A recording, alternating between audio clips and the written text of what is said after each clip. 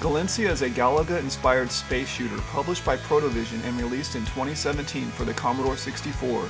It features an impressive 50 waves of enemies, including asteroid fields, challenge screens, and boss battles. Galencia also sports 6 unique SID tunes. It was programmed for NTSC as well as PAL hardware specifications. The main differences are as follows. In the NTSC version, the information that was presented in the top row of the screen has been shifted to the bottom row, including the ships remaining, score, and time remaining. Also, the other key difference is that the NTSC version plays faster due to some technical differences. The game's programmer J. Aldred stressed to me Galencia was initially written in PAL format, with NTSC added toward the end of the project. For the purposes of this review, I will be demonstrating the PAL version and I'll be referring to J. Aldred as J. You play as fighter pilot Ace Harper, tasked with saving the world from an invasion of bees. You are secure in knowing your colleague Amy Starbanger is on the comms. She will occasionally chime in with a game tip here and there, temporarily replacing the game score at the top of the screen with her message. Galencia has a terrific backstory, from which I'll read from the manual here. 3 million years ago, a devastating civil war on the planet Yuna almost wiped out the population of bees from the universe. With only a few hundred bees alive, the Guardians, giant queen bees, had little choice but to abandon their home planet and rescue as many infant bees as possible from extinction. 100 bees left Yuna under the protection of the Guardians, looking for a new home where they could live in peace. The Guardians scoured the universe for the perfect habitat. Many planets were either too hot or too cold, but eventually the Guardians found a world with the perfect habitat, Earth. The bees quickly settled into their new home, pollinating Earth's flowers and producing their delicious honey.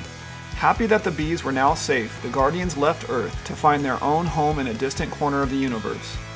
For millions of years, the bees lived in harmony with the rest of the natural world. They witnessed the dawn and death of the dinosaurs and the birth of mankind. The bees were a little wary of man, as he was a destructive creature with a desire for power and a hunger for honey. But for thousands of years, man and bee lived happily side by side, neither posing a threat to the other. It wasn't until the later years of the 20th century that things began to change.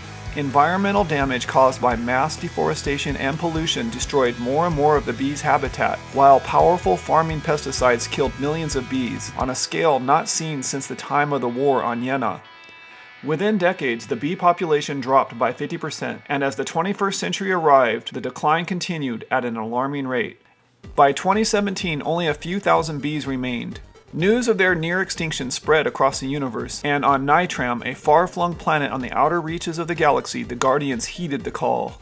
Within 24 hours, swarms of Guardians had attacked human settlements across Earth. London, Paris, Tokyo, and New York were hit by swarms of killer bees which left thousands dead. A global emergency was called, and world leaders agreed that an armed and manned rocket ship would be launched from the ISS. Its mission would be to attack the Guardians who were gathered in space, just outside the Earth's atmosphere. A crack team of military experts were assembled by Amy Starbanger, a renowned NASA scientist. Other than science, Amy loved 3 things more than anything else in life: her pet monkey Boo, classic 80s video games, and bad jokes laced with innuendo. Inspired by the legendary 1981 class fighters, Amy quickly designed the Galencia rocket ship. Galencia was cutting-edge military technology and required a pilot of outstanding skills to fly it. There was only one man for the job: Ace Harper. Ace had a glittery medal collection, a fearless reputation, and most importantly, he was the greatest fighter pilot that ever lived. The call went out and Ace agreed, but insisted that his lucky mascot, his pet dog Roxy, could come along for the ride. Amy accepted. Ace was handed the keys to the Galencia and told to get out there and save mankind. Now it's all in your hands, Commander. If there are any fans of bees out there, this story would be tough to come to grips with. I mean, I sort of feel for the bees, but we mustn't let them destroy all of mankind. Upon firing up Galencia, you'll be presented with a Protovision introduction and accompanying music. This is followed by yet another nice piece of artwork with the game's name prominently displayed and the word Protovision displayed on the bottom right corner. This screen plays a realistic sound of bees in a hive. This screen is followed by yet one more screen with images of what looks like a boss mothership bouncing up and down, hovering above a bee with the game's narrative scrolling across the bottom of the screen. It appears as though this screen can only be skipped by pressing fire on a joystick plugged into port 2. Your colleague Amy will show up from time to time to give you some helpful tips. She does this on the title screen to let you know to hit F1 for options. Doing so will take you to the options screen. The following options are available. Starfield Shade. You can select between color, duo, or mono options. This option will adjust the brightness of the background Starfield simulation present in the game. This was an issue for some players who complained of not being able to properly discern between the background Starfield simulation and the enemy bombs being dropped. I often play using mono mode. Score palette. Your choices are Arizona, Liquid, and Platinum. This changes the color scheme for the score and timer number fonts. Arizona is shades of red, Liquid shades of blue, and Platinum is shades of gray. The next three options pertain to the score table. You can load your saved scores from disk, save your high score table, or even reset the high score table. The game will by default load in the current high score table into memory. The cartridge version also supports loads and saves. You can toggle the in-game music and tournament mode. Should you decide to leave the in-game music on, the game's other sound effects will still play. The tournament mode is an option which, when active, will eliminate the possibility of earning bonus ships for the entire game. This is an extreme challenge. To begin the game, press fire on your joystick plugged into port 2. This will initiate the animation sequence showing you and your dog walking to your ship. You play as Ace Harper, a 45-year-old former patrol leader and the greatest fighter pilot that ever lived. Controls. Keyboard controls. F1 will bring you into settings from the title screen only. The game can be paused by pressing the spacebar and resumed by pressing fire on your joystick. Pressing Q on the keyboard will quit the current game. Joystick control. The game is controlled via a joystick plugged into port 2. Gameplay. In Galencia, the gameplay is similar to Galaga. You control a ship at the bottom of the screen which can only move horizontally and can fire missiles. The aliens, which also look like bugs, fly in formation at the top of the screen. They zip down in attack patterns, fire at you, and can try to capture your ship. Interestingly, when the bees attack, they turn over, at which point, in my opinion, they sort of resemble clowns waving at you wearing a little hat. You are granted 69 seconds per round, which is tied to your bonus upon level completion. In each round, the enemies line up in formation at the top of the screen, which you must destroy. Part of what I love about Galencia is the rhythm of the enemy formation, how gracefully they fly and zoom back and forth. It really is mesmerizing. You'll notice the aliens never leave or enter the screen from the top or bottom. They always enter from the side of the screen. Jay had mentioned in his developer diaries that this was due to some technical limitations of the sprite multiplexer used for the game. More on that later. The enemies will attack your ship by flying down, attempting to crash into your ship as well as by dropping bombs. The primary enemies in the game are the bees, which change shape when they're in attack mode. The sirens sort of look like half bug, half women. When they attack, they have the added ability to throw down a tractor beam which can capture your ship. Once captured, assuming you have a spare ship, you can free up your captured ship by destroying the siren. This will enable double ship mode with the added benefit of double firing. However, as in Galaga, you can accidentally destroy your own captured ship, so you have to be careful. Do not destroy the siren when it's in formation with your captured ship. This will destroy your ship as well. Bees, if left too long on the screen, can turn into what are called hunter killers. Once transformed, they will zoom down for an attack and will bounce up and down in the direction of your ship while firing. They can be extremely deadly. Bees can also transform into 3 separate bouncers. This really looks like spontaneous combustion. All 3 bouncers will zip straight down and then disappear after a while. These bug transformation features, I believe, are an homage to arcade Galaga, which does something similar but resemble flowers. Upon level completion, your military rank, which displays on the bottom right, will advance by 1. This is another homage to Galaga, and is a good way to keep track of how far you progressed within a game. As you advance further into the game, new enemies will appear. Every 4 rounds there is a skull round. As is the case with the B rounds, the skulls vacillate between shapes. They start out as a skull-looking shape, then switch to another shape which sort of resemble bunny rabbits. In these flying skull rounds, there's a new feature introduced, barriers. The barriers block your shots, giving the skulls time to complete their formation. They can be destroyed and will eventually go away on their own. At first, you only see these barriers in the skull rounds, but in the later rounds, 35 and up, they show up more frequently, even in the B rounds. The next new enemy introduced, starting in round 31, are called hybrids. They sort of look like flying crabs. As you play, you will notice the enemies are color-coded. Their color denotes their physical strength. The darker they are, the weaker they are, requiring fewer shots to destroy. For example, the white skulls are much weaker than the green ones. Brighter colors equal harder to kill. There's a countdown timer on the screen bottom center. Should you successfully destroy all the enemies with time left over, you will be awarded a time-based point bonus, 100 points per second remaining. When the timer reaches 30 seconds, they will call in 4 reinforcement bees, and if the timer is completely depleted to 0, they will call in 8 reinforcement bees. This helps to bring life to the game and keep it challenging. After destroying all the enemies on the screen, you proceed to the next round. There are 50 of these rounds. Included within these 50 rounds are 4 challenge rounds, 4 asteroid field rounds, and 2 boss rounds. When the game ends, the words "Game Over" is displayed in really large green textured letters. I love the fact that there's a mission debriefing screen after the game ends. Here, the mission time is displayed along with the number of shots fired. It also displays the military rank number you earned along with your animal rating. All nice touches. The animal rating for rank 1 is Newt, rank 2 Deer, rank 3 Turkey. Should you make it all the way to round 50 and successfully defeat boss number 2, the game will end and you will achieve the top rank of 51. If you die around 50, your rank will be 50. Game modes. In Galencia there are 3 game difficulties, Easy, Normal, and Pro. There is also a tournament mode which when activated will allow you to play the game in any selected difficulty. Tournament mode means you only have the ship or ships you started with for the entire game and are not awarded any bonus ships. The high score table displays the top 5 scores achieved along with the player's initials and highest rank earned. Just right of the initials is a letter. This letter denotes the game difficulty, E for easy, N for normal, and P for pro. Just to the right of the score, a T will be displayed if the score was achieved in tournament mode. I am thankful those 2-letter denotations were added to the high score screen. But if you're gonna play some serious tournament mode games, you will definitely need to reset the high scores, since attaining a high score is significantly more difficult in tournament mode.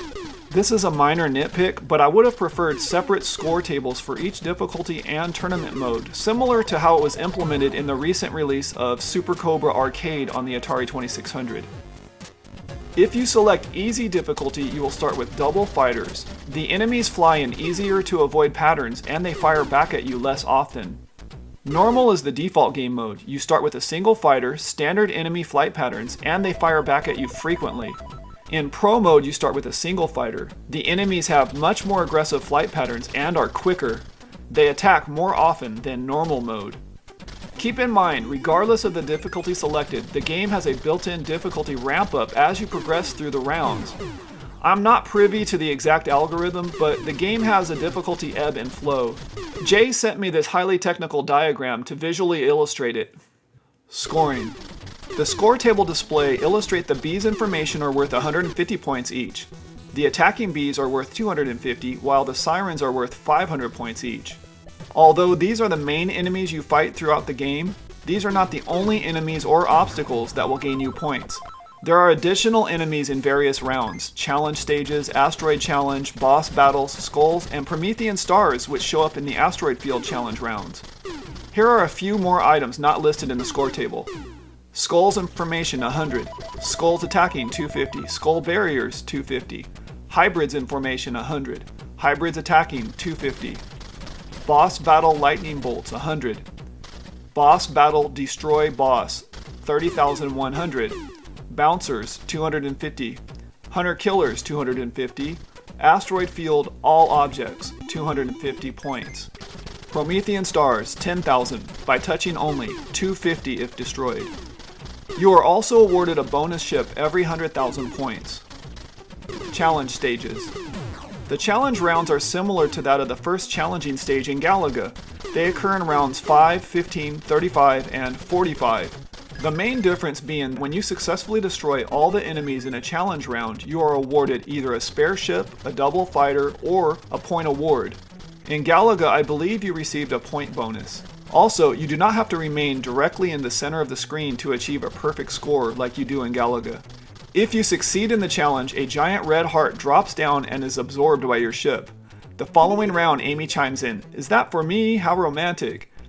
Should you fail to defeat all the enemies in the challenge, not only do you not get an award, You are also chastised by being told to try harder next time. The Asteroid Field Challenge rounds are original, fun, and should be something to look forward to. They occur on rounds 10, 20, 30, and 40. The real goal of these rounds are to capture the Promethean stars. You have 54 seconds to grab as many as possible. They are worth 10,000 points each. You earn the bonus by touching the star to your ship, not by destroying it. If you are skillful, you can rack up a bunch of them quickly to earn yourself a spare fighter or two. You have to be careful though, because the asteroids are deadly. I found that moving twin ships in these rounds was not that much of a hindrance. However, it does make you a bigger target. Boss battles. Just making it to a boss battle is a major accomplishment. There are 2 boss battle rounds in Galencia. The first one occurs in round 25, and the last one occurs in the final round of the game, round 50. In the boss rounds, you battle a giant queen bee who hurls lightning bolts down at you once in a while. The timer is set to 55 seconds, and she has a health meter at the top of the screen, which looks a lot like beads. Did you catch that? Beads? The queen has a few tricks up her sleeve, including the ability to conjure up what look like 2 vertical laser swords. She's not that difficult to defeat, it just takes a lot longer because she can absorb a lot of hits. You have to outlast her. Strategy. The manual attempts to give you some tips in the form of questions. Is it better to clear the screen quickly and reap the time bonus, or take your time and maximize your points by being methodical? Should you go ahead and double up your ships, or wait until after the asteroid field wave? The manual then sprinkles in this question. Is it best to clear the bees by columns or by rows? Are there hidden bonuses to discover? Such a tease. The manual goes on. There are lots of things happening under the hood, and careful observation will help you learn the secrets of Galencia. Jay mentioned there are some hidden bonuses, but they are not highlighted within the gameplay. This makes it difficult to tell when they are earned. My strategy tips are as follows. Take advantage of the continuous auto-fire mode by keeping the fire depressed. In general, try to clear out either the left or right side of a round first before going to the other side. Do not attack the enemy when they are moving downward. Instead, wait until they are moving up or in formation, then make your attack. On the rounds with skull barriers, I like to destroy them right away, but they will self-destruct after a while. On the skull rounds, eliminate the white skulls, the low-hanging fruit, and get them out of the way first. Time your attacks to coincide with when the enemy attack stops. Eliminate the siren as soon as possible, especially on the later rounds, as they have rapid fire and are deadly. Graphics. I love the graphics in Galencia. I mean, before you even start the game, you see the polish creeping in. You have the 3 intro screens, which are awesome. You have the great introductory sequence, which plays when you start, and another one when you finish the game. The fighter ship you pilot looks straight out of Galaga, which is sweet. The enemies are multicolored and finely detailed. The siren look like flying female bees. And how can you not love the ebb and flow of the enemy formation? There is a lot of graphical animation thrown into the game which can be taken for granted, such as when the bees or siren turn over and attack. They are also animated in all of their configurations when in formation or attacking. The tractor beam is nicely animated, there's an animated explosion when you lose a fighter. On the main title screen, the game's name Galencia is spelled out with nice graphics in which the letter A has a tail which if you're watching closely you will notice it furl and later unfurl. Also, the name Galencia is split in half horizontally with the top half yellow and the bottom half green. These colors toggle periodically. In order to maximize available real estate on the screen, the score and timer values have been placed in the border areas of the screen. There are options which allow you to change the color palette of these numeric values. You will see an animated image of Amy chiming in from time to time telling you can press F1 for options. Let's not forget about the animation where Ace Harper is running out to the fighter ship with his dog Roxy in tow. Also, on the title screen, you will notice a horizontal black line running down the screen. This effect did not happen by accident, nor was it as a result of the Starfield simulation. It was done intentionally with sprites. Speaking of the Starfield, this is another example of the kind of detail that make the graphics so great in this game. This is no ordinary Starfield simulation. You can adjust the colors of the simulation. A lot of thought and detail went into its design. If you would like to learn more about the Starfield simulation, check out my recent video in which I attempt to deconstruct it through looking at the program's source code. Graphics technical note. Nearly everything you see moving around the screen, the bees, the siren, all the missiles, are accomplished by using sprites. Sprites are graphical elements which can be moved around independent of other graphics or text on the screen. Jay used what is called a sprite multiplexer in order to make the game work the way it does. The multiplexer is software that enables more than 8 sprites on the screen at the same time, a hardware limitation of the Commodore 64. In fact, with all the enemies present on the screen firing at you and you firing back, including the score and timer indicator sprites, the multiplexer allows up to a maximum of 48 sprites on the screen at any given time. To me, this is amazing. Jay conveyed the multiplexer uses the background interrupt to achieve this goal. The background starfield simulation is not part of the background interrupt in Galencia. Instead, Jay says he makes a call to the starfield code every single frame, 50 times per second in PAL systems and 60 times per second on NTSC systems. Sound. There are very few things that can single-handedly propel a game into greatness. Music and sound effects can do just that. In Galencia, there are a total of 6 complete SID tunes or music tracks. These are extremely catchy and so far have not gotten on my nerves like some soundtracks do. I really enjoy them. The sound effects are also nicely done. There's a sound for firing, enemy fire, destroying the enemy, dying, tractor beam being captured, a sound for bonus awards, text transmissions from Amy, shooting the Promethean star, and rank being displayed. To me, the most amazing part of the music and sound is the fact that they were designed by a 16-year-old gentleman who goes by Pulsebot or Highway Guy. It's great to see young people getting involved and making contributions to the retro gaming scene. For the most part, the sound system is seamless. These effects play on top of and complement the background music. Ideas for Galencia 2.0. For the next version of Galencia, I would like to suggest the following. It would be neat to have some power-ups once in a while. These power-ups could grant rapid fire, shields, new missiles, or even temporary invincibility would be sweet. I definitely would like to see more types of bug enemies introduced, along with new resting and attack formations. The more the merrier. I'd like to see an in-game method of toggling the music. A bonus granted for the number of ships you have left at the end of the game would be nice. On the mission debriefing screen, I would like to see the number of hits and hit ratio added to the statistics. These were my ideas. I'd be interested to hear what you guys can come up with. World records. Over at twingalaxies.com, there are no world records listed for Galencia. Over on highscore.com, there's no entry for Galencia, but I did request it be added a few weeks ago. Over on CBM8bit.com, there are a few incredible high scores. The highest score voted legitimate is 1,068,800 by NAUFR4GO on May 9th, 2017. Packaging. The deluxe version of Galencia is beautifully packaged. I bought the deluxe cartridge version, but what I received was much more than what I expected.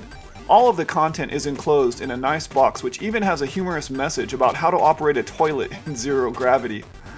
You can tell, just as polished as the game is, the packaging has followed suit. Contained within the package was a really nice glass coaster with an image of the game. Along with the cartridge, it contained a diskette version of the game, a keychain with a bee, and even a really nice necklace. The necklace looks like the Earth with the sun coming up behind. Or is it Yona, where the bees originated? To top it off, there's the professionally printed manual and posters. I believe this quote from Jay says it best.